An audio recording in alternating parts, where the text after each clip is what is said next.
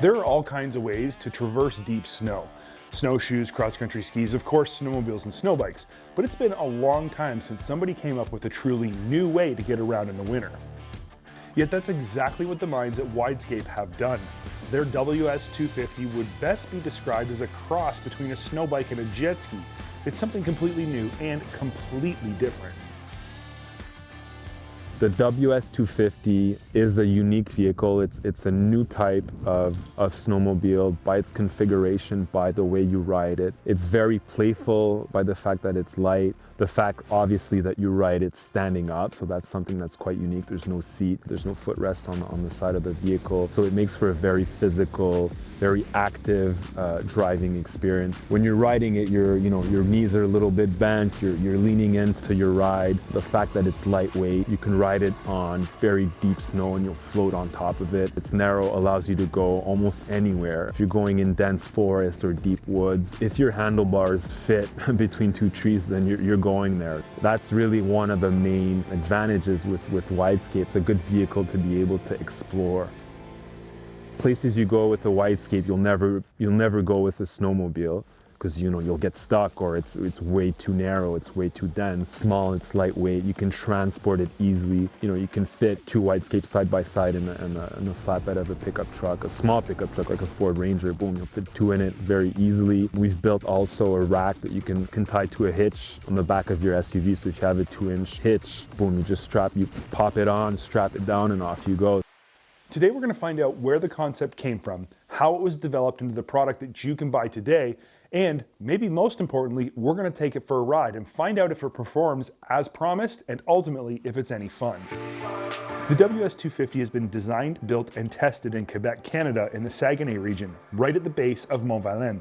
It's the brainchild of mechanic, inventor, and father Alain Aubu, who first conceptualized the idea over 20 years ago and has been further developing it ever since.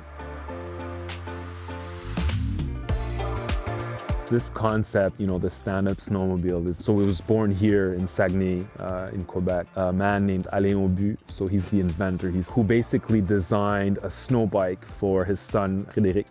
So basically what he did was piece together this kind of snow bike with some components from a BMX, some components from a snowboard. So then Frédéric would just go down the hill and have a blast, right, and ride this little snow BMX, but then every time you get to the bottom of the hill, Alain would have to, push it back up. Frédéric would go down and then onwards and forwards. So he kind of got sick of that, and so what he did was, well, I'll put a little two-stroke engine on the thing, and then he'll be able to go up and down as he pleases.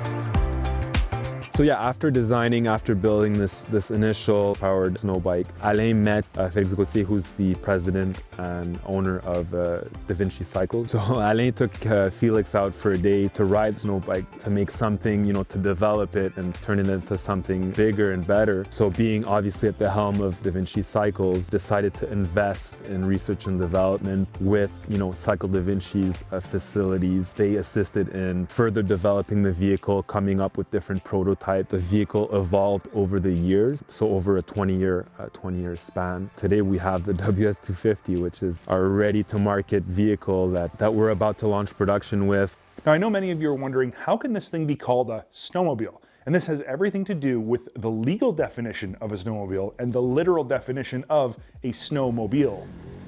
A snowmobile, by literal definition, is a vehicle that travels over snow. Snowmobile. In this sense, the Widescape WS250 is absolutely a snowmobile. It's simply designed with a completely different and completely new riding experience in mind. So people that typically don't do power sports or have never snowmobile would be interested in this product. You don't need to travel far or go on these big excursions out in backcountry to have fun. If you have like a small little lot with, a little bit of hills and some forests, you can have fun there for an hour or two after you get home from work, and then just pop it back in the garage. And so yeah, accessibility, ease of use, the learning curve is very, very quick. It doesn't take much time to get the grip of it. Yeah, sure, the first 50 minutes you're learning to drive it, it's a different feel, like you got to find your balance, but once you get the knack for it, it's very intuitive and very easy to drive.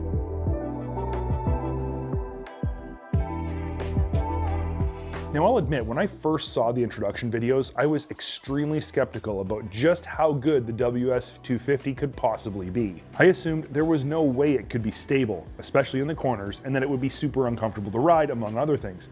I am pleased to say that every bit of my skepticism was misplaced. Obviously, launching a new product like this, there are some misconceptions people do have. They have an idea of what Widescape is or what it should be.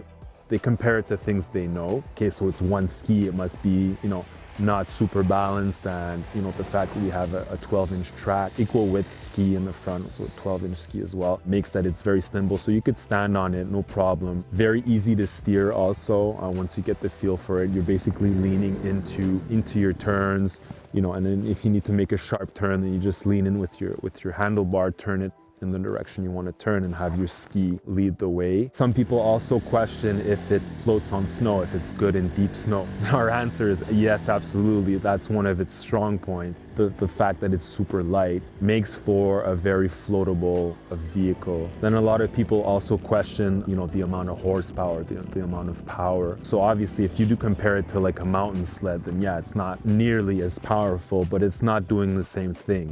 It's not meant to replace what a mountain sled does. This is meant to, have fun off track, go in the woods. So oftentimes you're not full gas. You're blipping the gas. You're easing through trails. You're finding a line between tree lines, and then you're just going for it. The amount of power that you have on hand is just the right amount. It's, again, 20 years of development. It's the exact amount of power that you need for like our sweet spot that we've found. When I first saw the WS250 in person, I was blown away at how nicely built it is. It has build quality that's as good as any of the 4 major manufacturers. It's not cheaply made, and it has an impressive list of specifications and standard features. So it's a smaller vehicle, it's very lightweight, it's 200 pounds, has a 4-stroke 250cc engine, electric starter. It has liquid cooling, and it's electric fuel injection. Very stable, very agile. With the front suspension has 140 millimeters of travel, and then we have a single suspension in the back. So you're never feeling like when you're riding in trails, like it's jerky, or everything is very smooth when you ride it. After getting my hands on it, I was extremely excited to take it for a ride. So after some brief instruction of how it works and generally how to ride it, we headed out onto a lake so I could get the hang of it.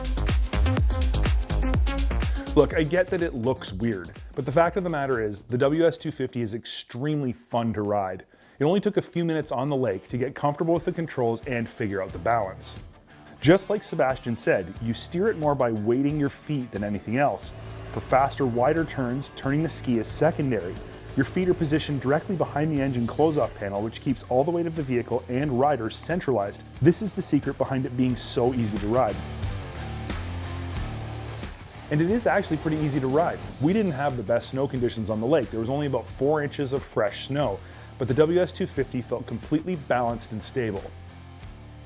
It's also super easy to get the ski in the air on command just by hitting the throttle and leaning back. Even riding uneven terrain at higher speeds was easy and unintimidating. By this point, I was already convinced the Widescape WS250 was a vehicle I would like to own. Then we took it down a fire road and into the trees, and this is where its lightweight and nimble handling really came into play. There was more snow in the woods, and the WS250 had no trouble staying on top of it. It took a very relaxed riding style where you simply let the vehicle move under you instead of trying to muscle it around to maintain speed in the trees. But once you got the hang of it, you could really rip. Now, there were a few instances where I lost my balance, so I simply just jumped off into the snow, and unlike a snow bike, the WS250 is really easy to get back on, even when the snow is deep. As is always my mission, I had to find out what it felt like to jump, and it didn't take long to find jumps of all sizes off any pillow of snow.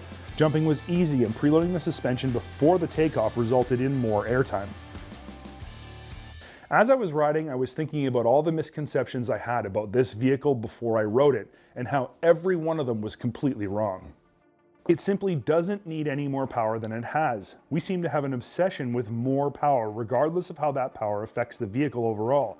Sebastien's point about 20 horsepower being more than enough is 100% correct. I didn't once feel like I needed more.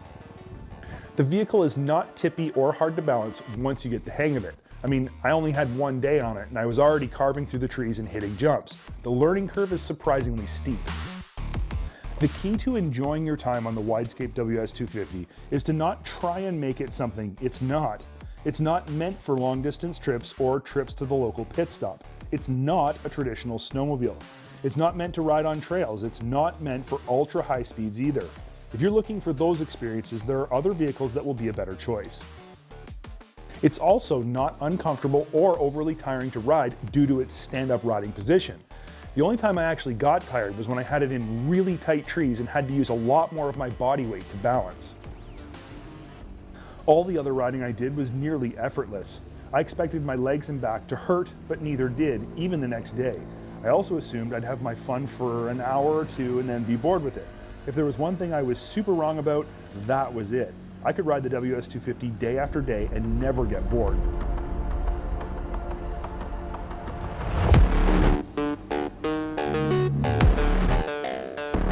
And this is for two reasons. First, there are so many techniques, cool tricks, and maneuvers that you can learn. The second reason is that the WS250 is capable of taking you places no other snow vehicle can go. You could explore the backcountry for days and never cross your own tracks. As I was riding, I was already thinking about all the places I could explore back home. I'm actually excited to get on a WS250 again next winter, back home, and see where it can take me. And that's exactly what the WS250 is all about. Going places no other motorized snow vehicle can go. It is not a replacement for a traditional snowmobile or snow bike. It's not meant to just sit down and cruise. It's meant to get you fully involved in the riding experience and take you past the places you had to turn your traditional snowmobile or snow bike around.